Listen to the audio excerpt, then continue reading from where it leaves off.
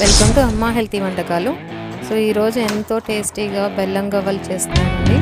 చాలా కరకరలాడుతూ టేస్టీగా మనకి గోధుమ పిండితో చేస్తున్నాము. ఇందులో ఎటువంటి మైదా వాడలేదండి. నేను గోధుమ పిండి కలిపే వీడియో మిస్ అయిందండి. గోధుమ పిండి వచ్చేసి నేను కేజీ గోధుమ పిండి తీసుకున్నాను. అందులో ఒక 100 గ్రాముల వరకు బొంబాయి రవ్వ, కొంచెం కాచి చల్లార్చిన నెయ్యి కలిపి మొత్తం కలుపుకున్నానండి. కొంచెం మనకి చపాతీ పిండి కంటే ఇంకొంచెం స్మూత్ బ్యాటర్గా కలుపుకొని పెట్టుకోవాలి. సో చూసారు కదా, ఇట్లా మనం గవ్వలు చేసే చెక్క దొరుకుతుంది. దాంతో మనకి గవ్వలు అనేది ఈ విధంగా ప్రిపేర్ చేసుకోవాలి. బెల్లము కూడా మనకి 30 కేజీ బెల్లం పట్టిందండి. అంటే కేజీ గోధుమ పిండికి ఒక 100 గ్రాముల వరకు బొంబాయి రవ్వ కలిపాము. దాంతో పాటు టేస్ట్కి తగినట్టుగా కొంచెం సాల్ట్ యాడ్ చేసుకోవాలి. మనకి 30 కిలో బెల్లం వరకు పట్టింది పాకానికి. ముందుగా బెల్లాన్ని మొత్తం ఇలా తురుముకొని రెడీ చేసుకోవాలండి. మొత్తం బెల్లం తురుముకున్న తర్వాత దానికి పాకానికి మనం సిద్ధం చేసుకోవాలి. మనకి మైదానే వాడితే గుల్లగా వస్తాయి అలాంటిది ఏం లేదండి. మనకి గోధుమ పిండి కూడా మనకి ఒక 10 డేస్ వరకు కూడా గవ్వ అనేది మెత్తపడుతుంది. మనం పెట్టుకునే డబ్బాల్లో గాలి వెళ్ళకుండా పెట్టుకుంటే మనకి గవ్వలు అనేది మెత్తపడదండి. మనకి మైదా అనేది హెల్త్కి అంత మంచిది కాబట్టి గోధుమ పిండే ఎక్కువగా ఇంట్లో వాడతాం మేము. సో చేసుకునే వాళ్ళు కొంతమంది మైదాతో కూడా చేస్తారు.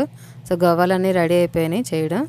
సో ఒక మూకుడు పెట్టుకొని ఆయిల్ వచ్చేసి 1 కేజీ ఆయిల్ వరకు పట్టిందండి. దాంట్లో ఎక్కువ ఆయిల్ కూడా పీల్చదండి గవ్వలు. గోధుమ పిండి అనేది ఆయిల్ ఎక్కువ పీల్చదు.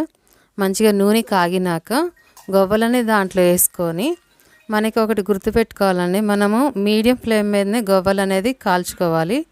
అలా అయితేనే లోపల వరకు గవ్వలు బాగా వేగుతాయి అన్నమాట. లేదంటే మనకి హై ఫ్లేమ్లో పెట్టేసామనుకోండి, పైన మంచి కలర్ వచ్చేస్తుంది, లోపల గవ్వ అనేది మెత్తగా ఉండిపోతుంది. అంటే లోపల అనేది ఉడకదనమాట మనకి ఆ విధంగా. అందుకోసం మనము కొంచెం లో కూడా కాదు, మీడియం ఫ్లేమ్లో పెట్టుకొని గవ్వలు అనేది వేయించుకోవాలి. నేను ఇంకో పక్కన బెల్లము పాకానికి రెడీ చేసుకుంటున్నాను.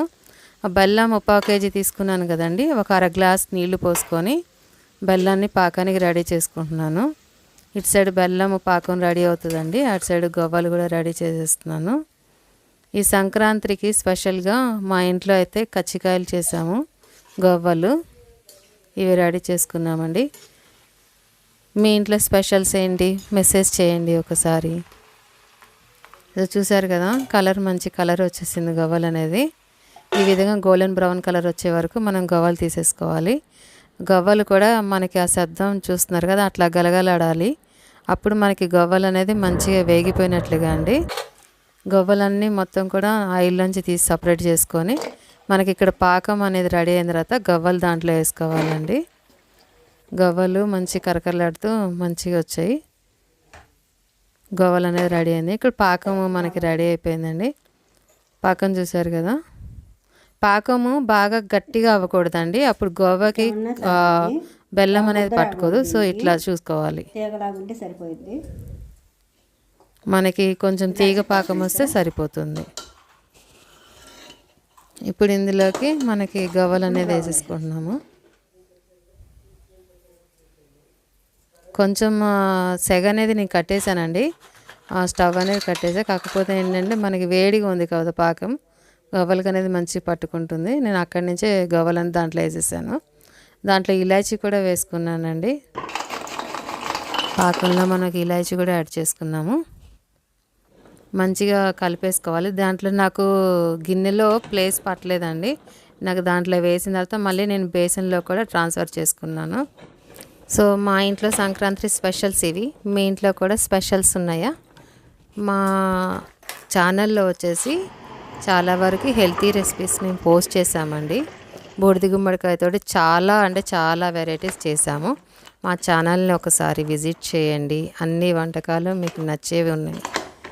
హెల్తీ రెసిపీసే చాలా వరకు దాంట్లో పోస్ట్ చేస్తుంటాము. మా ఛానల్కి సపోర్ట్ చేయండి, సబ్స్క్రైబ్ చేసుకోండి, లైక్ చేయండి. Thanks for watching.